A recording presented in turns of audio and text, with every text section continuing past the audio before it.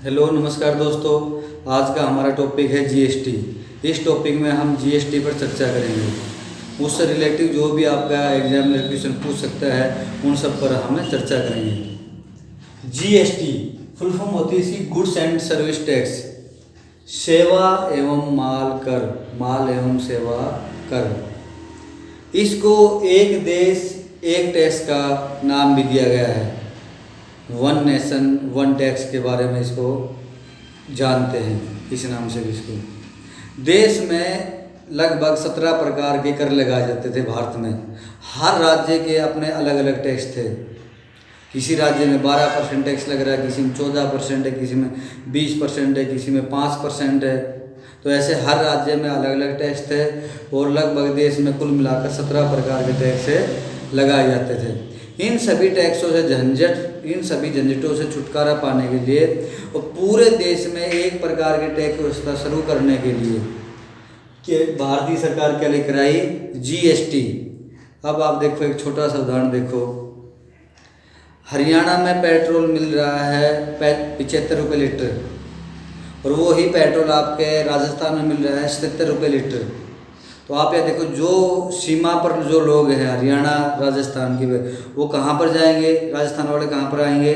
हरियाणा में। तो इससे काला बाजारी हो रही है, वहाँ के जो आसपास है पेट्रोल में उनको नुकसान हो रहा है। तो ऐसा ही टैक्स में है। जिस राज्य में कम टैक्स था, जैसे हरियाणा राज्य में, गुजरात राज्य में, इन राज्यों में इंडस्ट्रियाँ बहुत अधिक आ गई और जहाँ पर टैक्स की ज़्यादा टैक्स था तो उन राज्यों में इंडस्ट्रियाँ गई ही नहीं, तो वहाँ के लोगों को रोज़गार मिला नहीं। अनेक प्रकार के टैक्स थे। जो विदेशी कंपनियां हैं उनको भी भारत में व्यापार करने में बहुत अधिक दिक्कतें होती थी।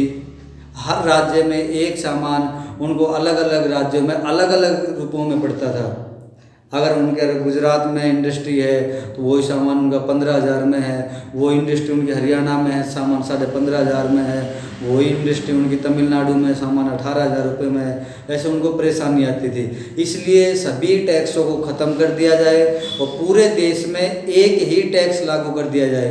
ये आपकी क्या है? ये आपकी है जीएसटी, गुड एवं सर्विस टैक्स। जीएसटी की विश्व में सबसे पहले शुरुआत हुई वर्ष 1954 फ्रांस देश से। सबसे पहले वर्ष 1954 ये फ्रांस देश में आई। भारत का जो जीएसटी का मॉडल है, जो भारत में हमने जीएसटी लागू की, वो किस देश के मॉडल पर आधारित है? तो वो है कनाडा के मॉडल पर आधारित। तो विश्व में सबसे पहले जीएसटी की शुरुआत हुई फ्रांस देश से। भारत में जो जीएसटी का मॉडल है वो भारत का मॉडल है कनाडा देश के आधार पर। भारत में जीएसटी की शुरुआत हुई 1 जुलाई 2017 से। वर्ष 2016 में अध्यादेश के जरिए असम में इसको लागू भी किया गया था। वैसे देशव्यापी इसको लागू कब से किया गया? 1 जुलाई 2017 से। इसलिए हम 1 जुलाई को हर वर्ष जीएसटी दिवस के रूप में भी मनाते हैं और हमने लोगों को, हर लोगों की पहुंच तक, हर लोगों को समझाने के लिए हमने इसका ब्रांड एम्बेसडर बनाया जीएसटी का अमिताभ बच्चन को। तो जीएसटी के ब्रांड एम्बेसडर हैं अमिताभ बच्चन। भारत में जीएसटी की शुरुआत हुई 1 जुलाई 2017 से और भारत की जीएसटी किस देश के मॉडल पर आधारित है? तो वो है कनाडा देश के मॉडल पर आधारित। और विश्व में सबसे पहले जीएसटी शुरू करने वाला देश कौन सा है? तो वो देश है आपका फ्रांस। जीएसटी आने से भारत में लगभग कितने प्रकार के कर समाप्त हो गए हैं? तो लगभग 17 प्रकार के करों को छुटकारा मिल गया है और एक देश एक कर की भारत में शुरुआत हो गई है। जीएसटी की स्लैब कितनी है? तो जीएसटी की 4 स्लैब है। पहली स्लैब है 5%, फिर है 12%, फिर है 18% और फिर है 28%। अगर आपके ऑप्शन में 4 नहीं आए पेपर में और उसमें 5 तो आप 5 कर सकते हो, तो उसमें कौन जोड़ लिया जाएगा कि 0%। सही है। वैसे सही मायनों में 5 है आपकी 5%, 4 हैं 5%, 12%, 18% और 28%। जो आम आदमी की ज़रूरत की चीज़ें हैं उनको 5% और 12% में रखा गया है। लग्जरी चीज़ों को 18 और 28% में रखा गया है। भारत में जीएसटी लागू करने का सुझाव किस समिति ने दिया? तो भारत में सुझाव दिया विजय केलकर समिति। किस समिति ने सुझाव दिया? विजय केलकर समिति ने। अब विजय केलकर समिति का अध्यक्ष कौन था? तो इसका अध्यक्ष भी था विजय केलकर। कोई भी समिति हो उसका नाम हमेशा उसके अध्यक्ष के नाम पर ही रखा जाता है। लगभग कोई भी समझौता हो, भारत पाकिस्तान के बीच को समझौता हुआ हो इस्लामाबाद में, तो समझौता का नाम क्या हो जाएगा? इस्लामाबाद समझौता। जैसे आपने कराची समझौता पढ़ा है, ताशकंद समझौता पढ़ा है, तो समझौते का नाम हमेशा उसके जगह के नाम पर रखा जाता है, समिति का नाम हमेशा उसके अध्यक्ष के नाम पर रखा जाता है। नेक्स्ट है, इस भारत में जो जीएसटी काउंसिल है, जीएसटी को भारत में लागू करने के लिए अनुच्छेद 279A का प्रावधान किया गया और उसके तहत उसमें जीएसटी काउंसिल का गठन किया गया। तो जीएसटी काउंसिल का गठन किया गया अनुच्छेद 279A के तहत जीएसटी काउंसिल, जीएसटी परिषद का गठन किया गया। सही है। जो जीएसटी परिषद है उसमें सदस्य कितने हैं? तो उसमें सदस्य हैं 33। अब ये 33 देखो किस हिसाब से, देश में एक वित्त मंत्री होता है, वर्तमान वित्त मंत्री है निर्मला सीतारमण, तो जीएसटी परिषद की अध्यक्ष होगी निर्मला सीतारमण। और एक आपके हैं होते हैं वित्त राज्य मंत्री, वर्तमान में कौन है? वो अनुराग ठाकुर, तो वो उसके हो गए उपाध्यक्ष। तो एक तो ये दो जो हम लिख रखे हैं, ये तो क्या हो गए? वित्त मंत्री और वित्त राज्य मंत्री, ये दो तो ये हो गए। अब जो 28 है, ये देश में राज्य कितने वर्तमान में? 28। हर राज्य से एक सदस्य, उसका वित्त मंत्री, ये क्या हो गया? 28। अब तीन केंद्र शासित प्रदेश कौन कौन सी? दिल्ली, पांडिचेरी, जम्मू कश्मीर। आप बोलोगे केंद्र शासित प्रदेश 8 है, यहाँ पर 3 क्यों? क्योंकि जिस केंद्र शासित प्रदेश में विधानसभा है, तो वर्तमान में देश के 3 केंद्र शासित प्रदेशों में विधानसभा है, तो 3 हो, तो टोटल संख्या कितनी हो गई है? ये हो गई है 33। जीएसटी दिवस मनाया जाता है, हम ऊपर बता दें, जीएसटी दिवस कब मनाया जाता है? 1 जुलाई को। भारत में जीएसटी के ब्रांड एम्बेसडर कौन है? तो ब्रांड एम्बेसडर है अमिताभ बच्चन। 101वां संविधान संशोधन और 122वां संविधान संशोधन विधेयक के तहत जीएसटी को भारत में लाया गया है। 20 लाख से अधिक टर्नओवर पर इसकी जरूरत होती है। अगर आप कोई व्यापार कर रहे हो और आपका टर्नओवर है 20,000 का, 1 लाख का, 2 लाख का, 5 लाख का, 15 लाख का, तो आपने जीएसटी नंबर लेने की ज़रूरत नहीं है। टर्नओवर का मतलब ये हो गया कि आप लगाओ कि आप अगर आप 1 लाख का काम हो, 1 लाख का कहीं से सामान लेकर आए और आपने वो सामान बेचा, तो वो सामान बिका आपका 1,02,000 रुपये में, तो आप ये नहीं कहोगे कि मेरा टर्नओवर 2,000 का है, आपका टर्नओवर है 1,02,000 रुपये का। तो इस प्रकार से 20 लाख के टर्नओवर के लिए जीएसटी नंबर जरूरी है। कुछ विशेष राज्यों में इसकी व्यवस्था की है 10 लाख, जैसे आपका हिमाचल प्रदेश होगा, उत्तराखंड होगा, पूर्वोत्तर के राज्य हुए जो जिनकी जनसंख्या कम है, तो वहाँ पर विशेष प्रावधान के तहत 10 लाख का टर्नओवर के लिए जीएसटी नंबर की जरूरत है। जीएसटी काउंसिल के अध्यक्ष कौन होते हैं? तो हमने बताया इसके अध्यक्ष कौन होते हैं? इसके अध्यक्ष होते हैं वित्त मंत्री। इसमें सदस्य संख्या कितनी होती है? सदस्य संख्या होती है 33। शराब, पेट्रोल, गैस, बिजली, ये सभी जीएसटी से बाहर है। देखो शराब पर, पेट्रोल, गैस, बिजली, इन पर जीएसटी लागू नहीं किया गया है। देखो सबसे पहले हम समझते हैं शराब को, उसमें उसको जीएसटी के अंतर्गत क्यों नहीं लाया गया है। अब आपने लॉकडाउन में देखा होगा कि 200, 300, 400, 500% शराब पर टैक्स लगा दिया गया है। अगर जीएसटी को शराब को जीएसटी के अंतर्गत लाया जाएगा तो जीएसटी में तो अधिकतम है 28% ही, इस ऊपर हम लगा ही नहीं सकते। तो शराब से सबसे ज़्यादा आय उसको मिलती है राज्य सरकार को, इसलिए शराब को इसे बाहर रखा गया है। अब होगा पेट्रोल। अब पेट्रोल पे देखो आपका 40-50% आपका टैक्स लगा हुआ है, और जीएसटी में आ जाएगा तो वहाँ पर टैक्स लगेगा आपका मैक्सिमम 28% ही। तो इसलिए उसको, ये वे चीज़ें हैं जिनको सरकार से बहुत अधिक आमदनी हो रही है, इसलिए सरकार ने इनको इसमें शामिल नहीं किया है। वैसे मांग भी उठी है, विपक्षी पार्टी मांग उठा रही है इनको शामिल करने की। हो सकता है भविष्य में देश की अर्थव्यवस्था का सुधार होने पर इनको इनमें शामिल भी कर लिया जाए। तो शराब पर, पेट्रोल, गैस, बिजली, इन सभी पर जीएसटी नहीं है। जैसे आपके दिल्ली में देखो बिजली फ्री दे रहे हैं, राजस्थान, पंजाब में देखो आपके किसानों के लिए जो बिजली है वो बिल्कुल मुफ्त है। तो आपके जीएसटी शराब, पेट्रोल, गैस और बिजली, इन पर जीएसटी नहीं लगती, ये जीएसटी से बाहर है। देखो दो चीज़ अलग अलग है।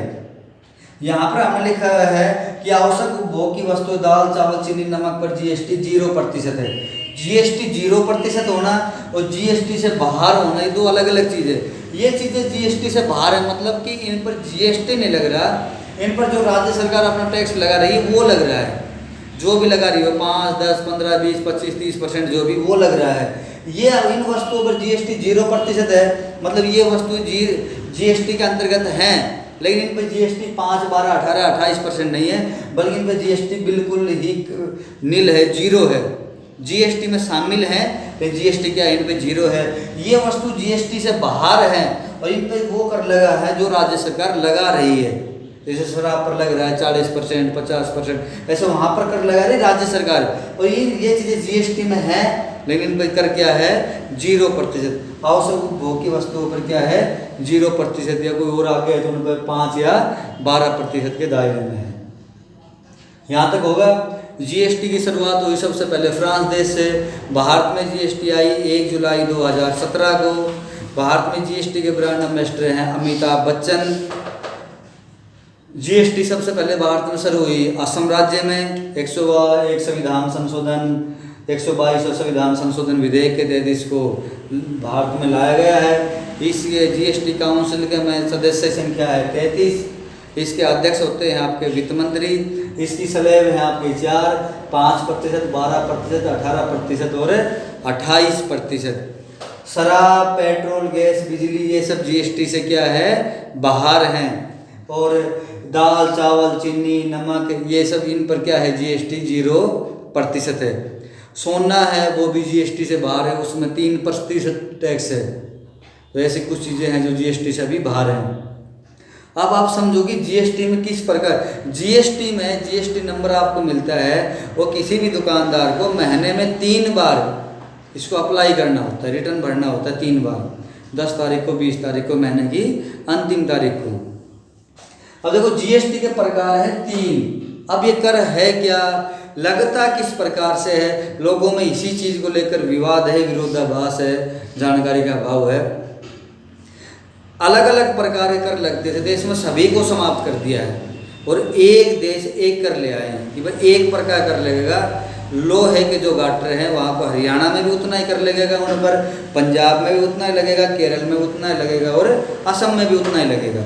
आप चाहे कहीं से भी खरीदो तो ये होगा। अब जीएसटी किस प्रकार से अदा किया जाता है, तो जीएसटी में 3 प्रकार है, सेंट्रल जीएसटी, स्टेट जीएसटी और इंटीग्रेटेड जीएसटी। सेंट्रल जीएसटी जो केंद्र सरकार को मिलता है, स्टेट जीएसटी जो राज्य सरकार को मिलता है। यहाँ तक समझ में आ गया। पहले इन्हीं को दोबारा देखो। आपने लगा लो ऑनलाइन घड़ी मंगवाई, आपने एक घड़ी मंगवाई ऑनलाइन, उस पर जीएसटी की दर है 18%। तो कुछ लोगों को ये विरोधाभास है कि 18% तो सेंट्रल लेगा, 18% हमारा स्टेट लेगा, 36% हो गया। ऐसा नहीं है। जीएसटी घड़ी पर कितना जीएसटी है 18%। अब इसका 9% तो जाएगा सेंटर को और 9% जाएगा स्टेट को। तो सीजीएसटी होगा सेंट्रल जीएसटी, एसजीएसटी होगा स्टेट जीएसटी। कोई भी सामान हो, कोई 28% की रेंज में है तो उसका इसको भी 14 जाएगा, इसको भी 14 जाएगा। कोई सामान है आपका 12% का रेंज का तो उसको इसका भी 6 जाएगा, इसको 6 जाएगा। कोई है 5% का रेंज का तो इसमें 2.5 जाएगा, इसमें कितना जाएगा 2.5 जाएगा। ये तो हो गया आपका। अब ये क्या है इंटीग्रेटेड जीएसटी, ये समझो। अब ये क्या है, ये है महत्वपूर्ण। अब कोई सामान हरियाणा में है, मारुति उद्योग, हरियाणा में मारुति बनी और वो मारुति आपकी चली गई पांडिचेरी में, सही है, हरियाणा में बनी कोई आपकी और वो चली गई आपकी पांडिचेरी में।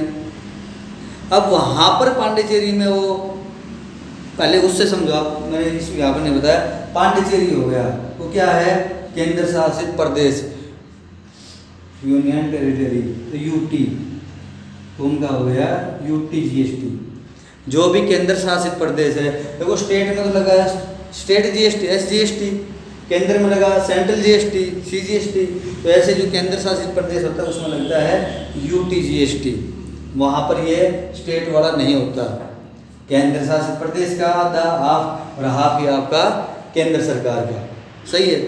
अब देखो जो मैं उदाहरण क्या बता रहा था आपको, अगर मारुति में कोई कंपनी बनी हरियाणा में और वो कंपनी जाके बिकी आपकी उत्तर प्रदेश में, बनी वो हरियाणा में, वो कहाँ पर जाके बिकी उत्तर प्रदेश में, तो अब वो उत्तर प्रदेश में बिकी ना, तो ये आ गया इंटीग्रेटेड जीएसटी के अंतर्गत।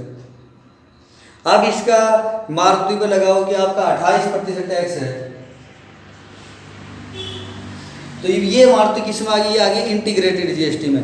ये 28% है तो 14% तो जाएगा सेंट्रल को और 14% ही जाएगा यूपी को, जहां पर ये बिकी। सही है। इसको हरियाणा से कुछ नहीं मिलना। अब आप बोलोगे कि हरियाणा को क्या मिला? देखो हरियाणा में ये उद्योग है तो यहाँ के लोगों को क्या मिला? यहाँ के लोगों को रोजगार मिला। हरियाणा को तो रोजगार मिला। और उत्तर प्रदेश को क्या मिला?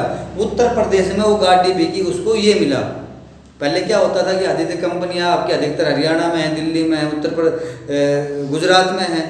अब इन्हीं कंपनियों को सारा कर मिलता था, इन्हीं राज्यों को ही, और जो राज्य हैं उनको कुछ मिलता नहीं था। इसलिए भारत में अर्थव्यवस्था का क्या हो गया? असंतुलन हो गया। धीरे धीरे इस देश में बहुत बड़ा बदलाव आने वाला है। तो इंटीग्रेटेड जीएसटी क्या हो गया कि कोई सामान बना हरियाणा में, बिक रहा है आपका उत्तर प्रदेश में, तो ये आ गया इंटीग्रेटेड जीएसटी के अंतर्गत। इसमें लगाओ 28% की उस स्लैब का सामान है तो 14% तो मिल जाएगा केंद्र सरकार को और 14% मिल जाएगा उत्तर प्रदेश सरकार को। ये क्या होगा? आपका इंटीग्रेटेड जीएसटी। अब जीएसटी में आपका सेंट्रल जीएसटी पढ़ा हमने, स्टेट जीएसटी पढ़ा हमने, इंटीग्रेटेड जीएसटी पढ़ा और हमने क्या पढ़ा? यूटी जीएसटी, जो आपका केंद्र शासित प्रदेशों में लगता है। आपको ये हमारी वीडियो कैसी लगी? अगर अच्छी लगी हो तो अधिक से अधिक में शेयर करना, लाइक करना। जो स्टूडेंट हमारे चैनल पर हैं प्लीज़ हमारे चैनल को सब्सक्राइब करना। धन्यवाद।